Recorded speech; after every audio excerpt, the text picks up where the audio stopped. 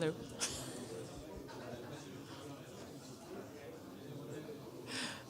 All right, so let's not talk about the fragmented post-trade layer behind crypto.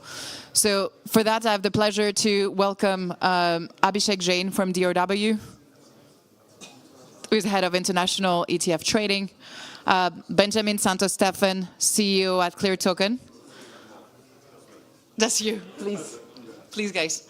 Simon Morgan, CRO at Copper. Philipp Wagner, head of digital assets at Deutsche Wertpaper Service Bank AG. And you as well. Fernando Martinez from Nonco. And that will be moderated by Damien Schuler, our head of sales, EMEA and APAC. Thank you.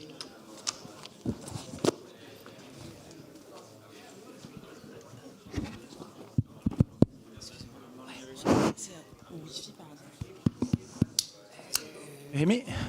Does them? Yeah. Hi. Here we go. Good morning, everyone. Thank you for attending this panel, and thank you to the speaker. Let me just move a little bit so I can see you guys. Fernando, if you maybe want to move a little bit as well. So we have 5 speakers on stage. It's going to be a lot. Guys, thank you for attending this one, and thank you for being there, talking about post-trade efficiency in crypto. So maybe let's start with a few figures. So coming from a data company, obviously, I'll share a few very established figures that you guys all know. So first, $3 trillion, that actually the peak of the crypto markets in 2024, which is just larger than the GDP of France. Second metric is $15 billion, which is how much institutional money flow into Bitcoin ETF. That's simply like the fastest ramp up in history for ETF. And last is $8 billion, which is how much was lost when FTX collapsed in 22. So the first 2 metrics actually tell you a little bit where is the market now. And the last one is the reason why we are having this discussion today. So behind this capital flow coming into the crypto market, still we have all the infrastructure behind which is supposed to protect that overall market, meaning like the clearing, the collateral, the settlement, and everything, which is still not running like clearly at scale, or at least not as per institutional market. In TradFi, for example, you have CCP like LCH, which basically managed to net the risk exposure up to 99% in TradFi. There is no equivalent in the crypto as of today. And yeah, basically when you saw with FTX, when it comes, it actually come very hard, and it goes wrong really at once. So to talk about those solutions, those problems, we have people who are there to actually build it, work on this, and we have those 4 people coming from different segments. So from trading, infrastructure, post-trade, we TradFi banking, but also crypto native trying to build this. So I'll go straight to opening question, and maybe I'll ask Philipp to start. Philipp coming from a TradFi institution, which is Deutsche Wertpapier Service Bank, servicing like hundreds of German banks on post-trade aspects. So from your perspective, what it is to actually, what do you see in terms of like a gap from TradFi to crypto, and what does it take to actually go into a major territory? Yeah, thank you, Damien, and I'm happy to be here. Thanks for the invitation. Yes, so short is DWP Bank. That's a bit the shorter name. We are managing more than €2 trillion kind of assets for our clients. So we exist till 25 years with the purpose of doing this post-trade processing for our clients. And now it's really an interesting point how you transfer this into the crypto world. So since 4 years, we built a platform called WPNX, and it's exactly that, what we want to do here. We want to offer effective and smooth services for our clients. And I think we're building quite a big part of the value chain here, from order routing, then from doing all the accounting for the clients in their retail accounts, then settling and clearing of the whole trades, and also custody is the big topic.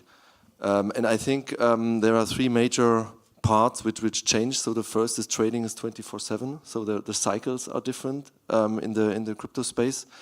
And you have to adapt for that. You have to find solutions which work also with some of the traditional systems. The second thing is settling. You mentioned it. There is no CCP. So there was no infrastructure 4 years ago. So you have to build up your own working environment. And I think this is also growing a lot in Europe at the moment and worldwide.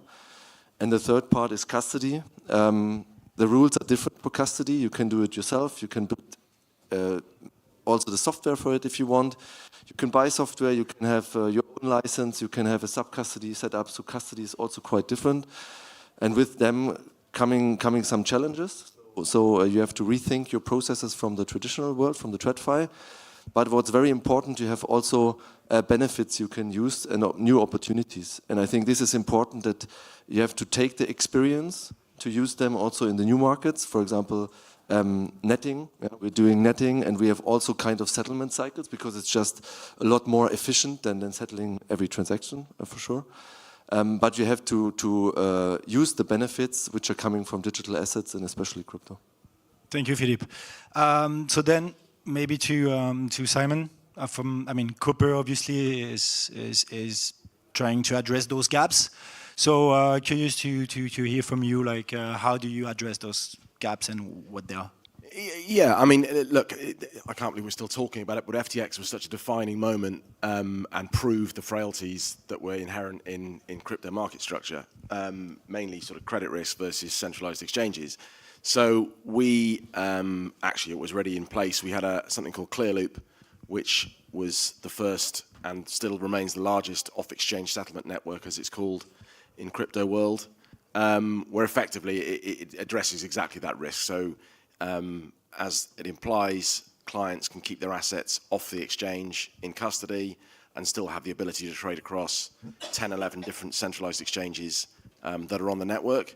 And yeah, it's proved very successful. We actually believe that while that operates within crypto and does what it says on the tin, the growth really is as every asset in the world becomes tokenized and other venues start going 24/7, et cetera, which is happening right now. And our goal really is just to keep growing that network away from purely crypto into new venues and other custodians, frankly. Thank you, Simon. And then maybe from a trading standpoint, and I'll ask the question to AB, but probably it's similar for Fernando as well, from a very trading market making standpoint. So GRW, what is it in practice? You have those issues struggle on a daily basis, what it is to actually operationally deal with those gaps on a daily basis. Yeah, sure. So DRW is a big market maker. We've been in crypto for about 10 years. Daily basis, trade billions of dollars of crypto, busy days, more than $10 billion. In the ETF space, we are 20 to 30% of trading volume. So unlike TradFi, the biggest difference in crypto is that it's a pre-funded market. So before we start to provide liquidity, we need to make sure that we have sufficient balances sitting on exchange. One exchange is not sufficient. So if you're trading on at least 5, maybe 10 exchanges, which means your capital starts to get fragmented. And you have to manage this 24/7, so which is a very, very cumbersome and an operationally intensive and expensive process. That would be excellent for the next question. And then, so if you want to complement from Nonco, maybe? So I agree with Abby. I think one of the things that we see on our side is that as clearing solutions start to arise, right now it becomes a productivity bottleneck for us, right? So we have clients that want to settle through the Fireblocks network or Clearloop or BitGo network. So there's a lot. And if you want to integrate your systems to all of those, it becomes extremely restrictive from a productivity standpoint, right? So I think right now we're at that stage that we need to have one or two clear leaders for you to actually utilize it. If not, you're basically accommodating to one or two clients' needs that they want to settle through Anchorage or through Copper.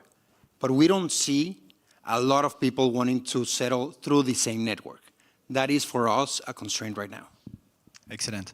So I guess we can go to directly to the pain point, which is the risk itself.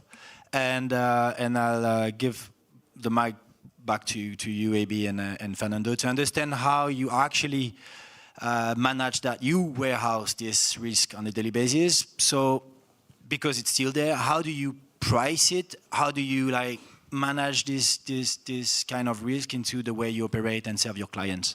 AB, you want to start? Sure. So any market maker that's lived through FTX now thinks about exchange counterparty risk. When we are providing liquidity, we have to price on the probability of the exchange defaulting and you losing your principal. And our spreads reflect that. And ultimately, it's the investors who pay for that risk. Now we try to disintermediate some of that risk using Copper's clear loop solution, and we diversify our assets across multiple exchanges, but the reality is the risk is never eliminated. It's just managed. If you think about the markets trading 10 times the size of what it trades right now and an exchange going down, I think it is going to be catastrophic. The way the market is functioning right now is that the market is self-insuring itself using market makers' balance sheet. I just don't think that's sustainable. Fernando, same view? Yeah, so I echo to that. Right now, anytime a counterparty comes to us, we got a price exactly where we're going to be hedging, right? So people right now talk about FTX still. But in October 10, we had a huge exchange collapsing. It was Binance, OKX, Bybit.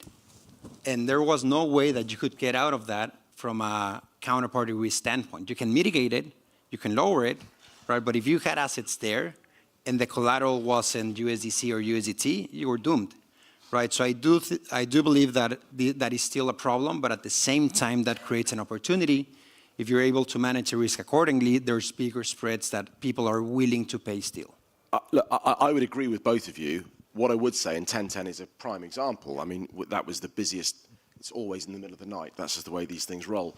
We moved over $2-3 billion in 3 hours. And I do think, Clearloop itself does go some way to mitigating those risks, which is why people like DOW use it, because it's not only about your credit risk versus the exchange, but we settle very, very frequently. So in the case of Bybit, we settle every 2 hours. So every 2 hours, your risk is just being brought down consistently, 24/7, 365. So actually on that day, all of our clients, there was no issue with settling versus Bybit, settling versus OKX.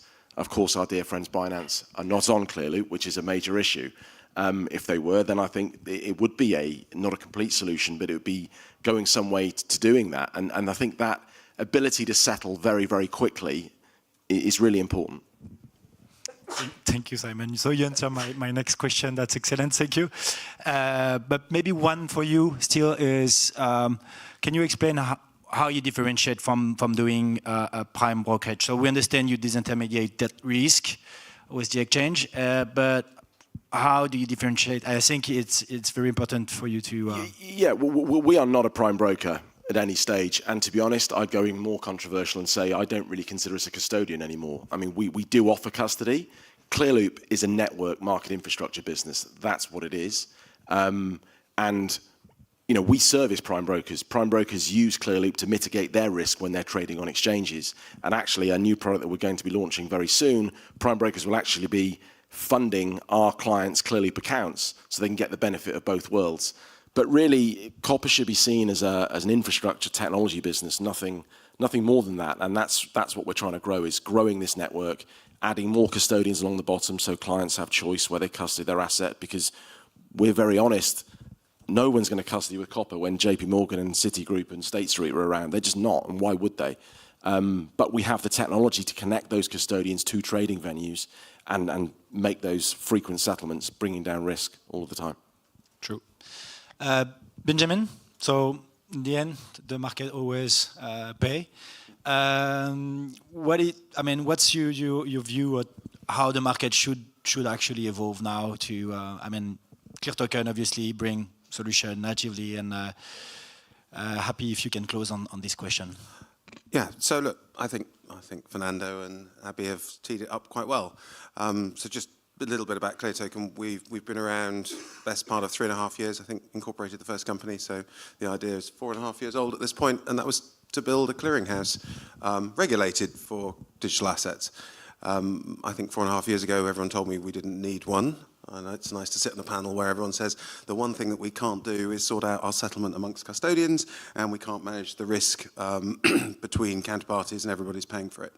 So what does a clearinghouse do? Well, clearinghouses stand as principal between buyers and sellers and manage the risk from one counterparty to another. And what we also do is we mutualize that risk across the market, across the large players. Now, that might sound expensive, but on average, netting ratios come to 95 to 99%. Now, what does that mean in practice? It means that if you have a derivatives market, you're reducing the outstanding risk within the market by 99%. Or if it means you're settling spot assets, you're reducing the amount that's settled by 99%. So to give you some examples, the FX market has a infrastructure clearinghouse called CLS. That reduces the amount of settled business from around 10 trillion a day to around 100 billion. Or US equity markets, 2 trillion to 4 trillion traded every day, settlement reduced to 100 billion to 200 billion. Like numbers that can actually be done, not numbers that have to be pre-funded by market makers. So if you look at those markets, they are amazingly efficient. The spreads are really narrow. So what do I think will happen? What do we think will happen? Well, it's an economic inevitability. Right? And the reason it's an inevitability you end up with clearing is that there's just not enough working capital or money in the world to settle gross. There's enough money to run a decent-sized market. Now, these gentlemen have proved there is enough money to run a really sensible-sized market. But you want 10 times the size, you want 100 times the size, then you have to have netting. And the thing is, that's dangerous from a bank's point of view. It's dangerous from a market point of view because you put everything into an infrastructure that is inherently risky within the market. So clearinghouses, and the reason it's taken us 4 years to get there, are regulated by central banks. We are regulated by the Bank of England. It's not a quick or easy process to get them to authorize you to do this properly. Long path. I'm glad we're arriving literally at the point at which you need us. Thank you, Benjamin. I'd like to stay with you for the next one, even though you kind of answer somehow the question. So I would ask very naively is, do we actually need a CCP since there is no regulatory obligation? You kind of answer a little bit. Do you want to comment a little bit on this one? So in Europe, we have legislation called EMIR, European Markets Infrastructure Regulation. That was designed post-2008 crisis to deal with the clearing of over-the-counter derivatives and to push those into a clearinghouse. It also covered futures and a lot of exchange-traded derivatives. What tends to be forgotten, though, is that the majority of the world's spot markets, so cash equities or FX or fixed income, are also cleared through clearinghouses. That clearing happened in the 80s and 90s. It's just taken for granted that it happens. So all I'd say is most people who are in the crypto market were not born when those clearinghouses were built. It's that simple. I was. Yeah. Anyway. I was not. So we have spent a lot of time as our business just reinvigorating and re-understanding lessons that have been learned and fixed in law from the 70s and the 80s and the 90s so that we get to here. Lehman Brothers, when it went bust, caused a lot of pain in the over-the-counter derivatives market. It caused zero pain in the securities market and in the futures market. Right? Those were cleared markets. Everyone forgets that. The things that were built properly worked. Literally, LCH didn't skip a beat. There was a trade out of all of Lehman's positions. Everything went on. What you see, though, is Lehman in bankruptcy 20 years later, and that's all the OTC derivatives. So, we all know it works. It's just a question of people waking up to the fact that actually clearing has been happening. It happens within Binance. It happens within Coinbase International. It happens within Bybit. It happens within a lot of unregulated entities. And that's what Clearloop has gone and protected against. It's not that it's not happening. It's already happening. It's just hidden and not called what it is. Yeah, that's clear. Makes sense. AB, what it means for you if you would be, should DRW move into a CCP with a CCP model? What would be the impact for you directly? So as a market maker, there are two main things that will improve our spreads. One is if our capital is more efficient, which, as you described, netting, better margining gets us there. And the second thing is if we have lower exchange counterparty risk. If we solve for those two things, I think our spreads will materially tighten. Excellent. And maybe Philippe, for you, it's coming from a TradFi institution. So you heard what Benjamin just said. It's maybe not like mandatory from a regulatory standpoint, but it just makes sense to move that way. It was the same in TradFi like back a few decades ago. Is this like a condition for the DW bank to go that way or not? It depends. I think in the moment we are having our products is mainly spot trading we enable. So here we have no CCP, and I think we have a very robust setup. Already it was said that you can have a shorter settlement cycle, so you can reduce risk, and it's all about risk in the end with a CCP. But if volumes increase, if there are more variety of products, I think it could make sense to have a CCP. And to be honest, from a TradFi perspective, if I'm talking with our departments, they know CCPs. So for them, it would be something they know, they understand, and they can build their thesis around it. So I think that can help us also to speed up in the future. Can I just to give you an idea of who's there? Timing. Okay. Just for a second. There aren't very many traditional finance players in the crypto market, right, as in exchange groups. And that's because those venues are not principal venues. So if you look at NASDAQ, NASDAQ does not stand in between all the trades. If you look at NYSE, it doesn't stand between the trades. If you look at Euronext, it doesn't stand between the trades. We list any exchange that you've heard of that outside of crypto, they do not stand as principal in the trades. In crypto, they all stand as principal. As soon as you have a clearinghouse, you can run an anonymous central limit order book in the way that all traditional markets work, which are amazingly efficient. Right? It's interesting, though, we're talking about, and that, by the way, is about to happen, but we're talking about this now, about centralized exchanges, talking about digital assets that everyone was talking about, and this will all just be DeFi. Right? It's interesting, this conversation has moved past that, right?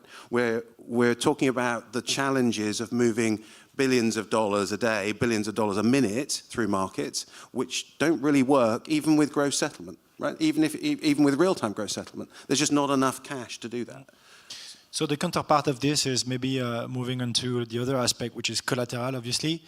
And to Simon, so collateral is obviously at the core of your solution. So how do you manage this, like running 24/7, and basically what's can you share with us a bit of how it's yeah, I mean, I think I touched on it before. I mean, we run a truly 24/7 business, which I don't think many in crypto can actually say that they do from an infrastructure perspective. So we have teams around the world on a follow the sun sort of model who are signing transactions, as I say, every hour in some cases to settle versus exchanges.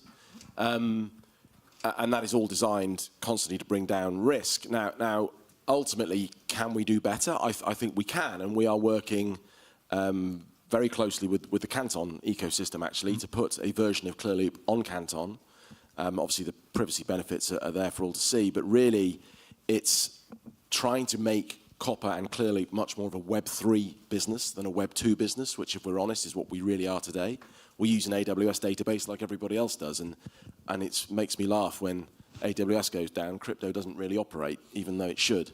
But yes, the aim by the end of this year is actually to start using DAML smart contracts to make some of those variation margin and settlement movements in an automated fashion, which means we haven't then got to hire exponentially more staff, and really that is what banks and financial institutions actually crave. That is what blockchain is meant to do, but no one has really done that yet. So that's very much our goal for this year, and ultimately making Collateral just more and more efficient.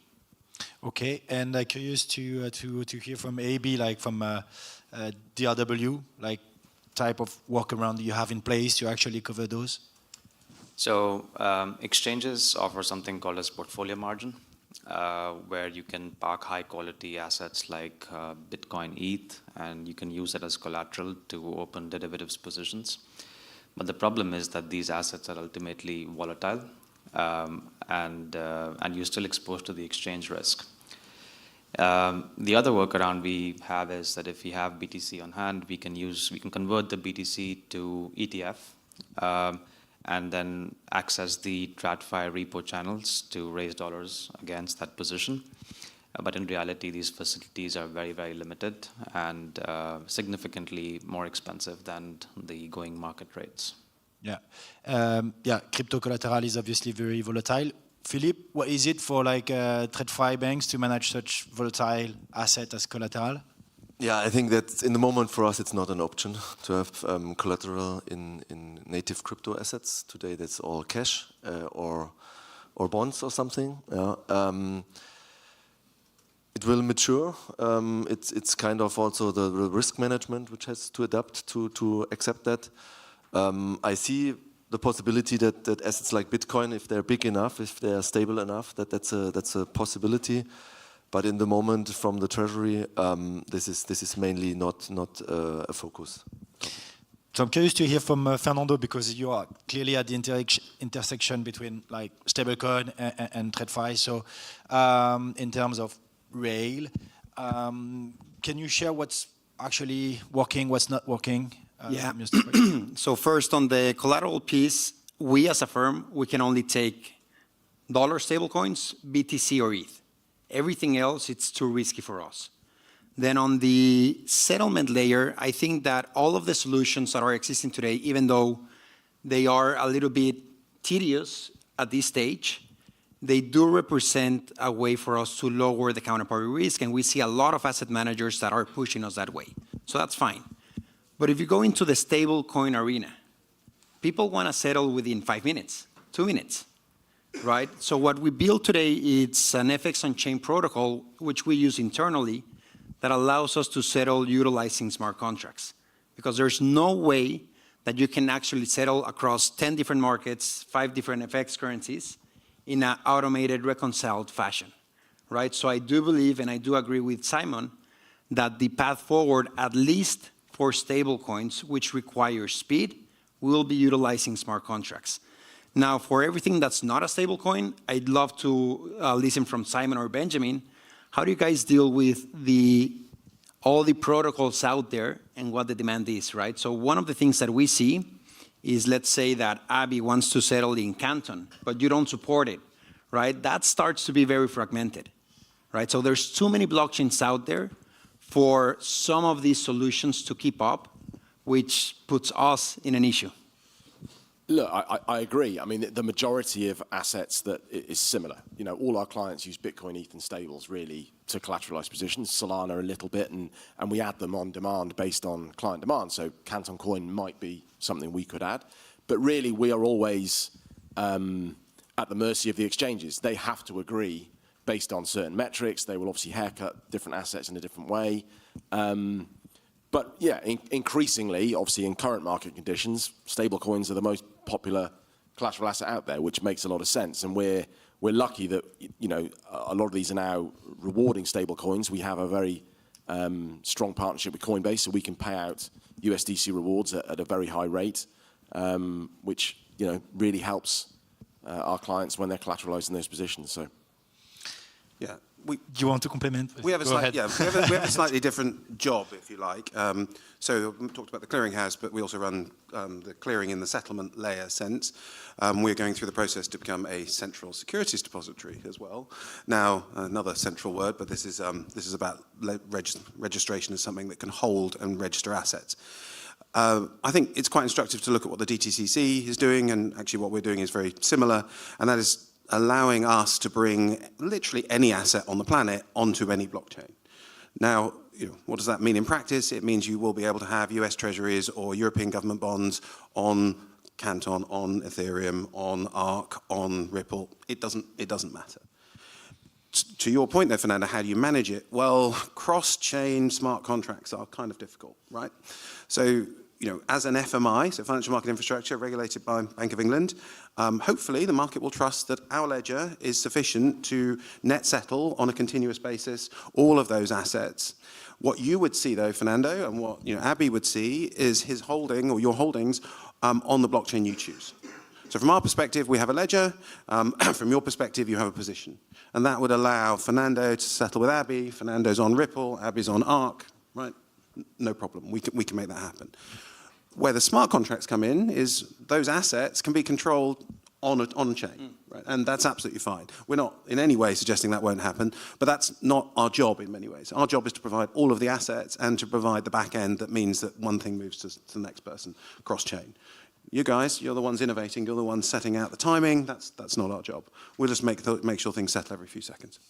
Excellent, thank you. I love to keep it interactive, but if you start asking questions, then I'll be in trouble with the timeline. So, you know what? So time is flying. So I'll probably skip like the question around cross-venue and regulation. So if you guys want to say a word in the closing, you can keep that. But I'd like to speak maybe about like the ETF and how it works in practice, and to talk about post-trade when it comes to ETF and AB, so DRW, you're obviously one of the most active market maker in ETF. So in practice, what it means, having those struggle, like dealing on one side with Bitcoin, which is settling like immediately, and then you have on the other side, obviously, like the share being like created, like with the T+1 settlement stuff. So how do you manage that in practice?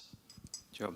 So let's walk through the life cycle of a trade. So let's say you have an investor who's coming at US Open to buy an ETF. We as market maker will try to provide liquidity, but to provide that liquidity, we need to make sure we have funds sitting on crypto exchanges to hedge our risk. At the time the trade is done, our capital is deployed for that trade. End of the day, we'll net out our positions, see if you're short inventory, we'll go for a creation, submit a creation request through the authorized participant to the issuer eventually. In some cases, the issuer will execute the creation trade on the same day at close of US session, or in some cases, they'll do it on T+1 basis. At the minimum, in this scenario, we have deployed our balance sheet on an intraday basis. But in cases where the issuers are executing on a T+1 basis, it's overnight use of capital. If you do it on a Friday, it could be over the whole weekend. Public holidays could be longer. Bluntly, it made the market bigger, which was great. We had more, firms like DRW entering the space, which is wonderful. I would say, though, on the flip of that, actually, if we go back to, I forget when it was, 23, 24, at that time, a lot of big macro hedge funds were about to launch crypto products, and they actually haven't. And I think that's because a lot of them do the basis trade using the ETF and the CME and whatever else. They've actually got an option now, and you can see the size of the positions that Millennium and Schoenfeld and everyone had. And so, actually, it hasn't really made the clients. We haven't had that client type really arrive in the crypto arena yet, which is a little bit irritating. But yeah, it's still a positive. Benjamin, so working in the 24/7 like creation and redemption of share. How close are we from having like tokenized related Bitcoin product like ETF stuff? I think by the end of this year, we'll get to a point where we'll be in trials for in-kind creation redemption 24/7. We should be able to get there. So what that means in practice is that Abby's process should go from a request as an AP to settle at the end of the day to a request to settle with an AP any point in time. Now, we might not meet the end of the year, but certainly within 27, DTCC will support it and we'll support it. So I can see then, ETFs in Bitcoin will have opened up something else that no one had sort of thought about, which is any fund anywhere in the world on any asset class will be able to be created and redeemed all the time. And that's going to be a material change for things like money market funds, which are once a day, 5 days a week. It's going to be a massive change for retail products, which cannot be created today all the time. What's going to change is not only is it 24/7, but it's all fractional. And the fractional is not so much about the ETF, it's about all the underlying being fractional. And that's going to allow firms like DRW to quote at the weekend in fractions in the underlying. And it'll work because it's so much more capital efficient than it is today. Thank you, Benjamin. So maybe a last round for the closing session. It's maybe I start with Simon. Simon, like, what do you think? Like, what's the story behind everything there? Is crypto market going more TradFi or TradFi going into crypto? I mean, what's your view? I mean, look, from our perspective, we've always, and I don't mean any disrespect, but this deemed crypto as sort of a giant lab experiment where you can prove out what is possible in terms of making financial services more efficient. So for us, the growth really is growing our Collateral network to serve other custodians, and I mean, obviously BitGo is already on our network, but we're hoping people like Anchorage and others will join, but ultimately the Citigroups of the world, the JPs of the world. And again, we've already seen announced NASDAQ are going 24/7, the NYSE is going 24/7, CME are going 24/7, but they don't actually have the infrastructure today to support that. We really think we can do that for them or help them on that journey. So really, it's quite exciting seeing all that playing out on the actual tokenization of every asset in the world, basically. Thanks, Simon. Fernando, if the market is better, like the infrastructure and everything is better in, let's say, 3 years, what does that change for Nonco? Definitely more scalable, right? More secure and the ability to raise more funds. We look forward to that future where we can mitigate all the counterparty risk we have right now with the exchanges. Amazing. I see times is up. I don't know what that means. We still have a few, like 1 minute. I can ask 1 minute. So Benjamin, Philippe, want to say a final word maybe? Very quickly. Thanks. Yeah, I think we are in the middle of this convergence from native crypto assets to TradFi. And I think what Simon says is correct. Crypto shows what's possible, what you can do 24/7, instant settlement, all this stuff. And TradFi will pick where they can benefit the most. So I think there it comes together. But for me, it's very important that we have the digital asset world, which shows or gives kind of a benchmark what is possible. Thank you, Philippe. The internet took years to be picked up, right? Everyone could do online banking in theory in 1996. No one really picked it up until we had mobile phones and everyone had an app. When crypto does that to traditional finance, everyone on the planet will be able to have a brokerage account. Everyone on the planet will be able to have custody. Everyone will be able to borrow against those assets. It's an easy thing for me to say sitting in France where you can all have that. In pretty much the rest of the world, it's not possible. That's what's going to be opened up by this technology. It's reducing costs dramatically, right, across the board. And that's opening up new channels and new capability that you can't dream of today, and we couldn't dream of when the internet sort of started in 96, before most of the crypto guys were born, as I said.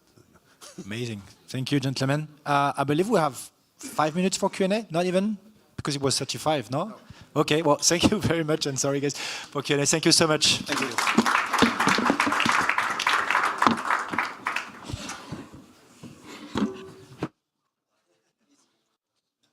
Sorry.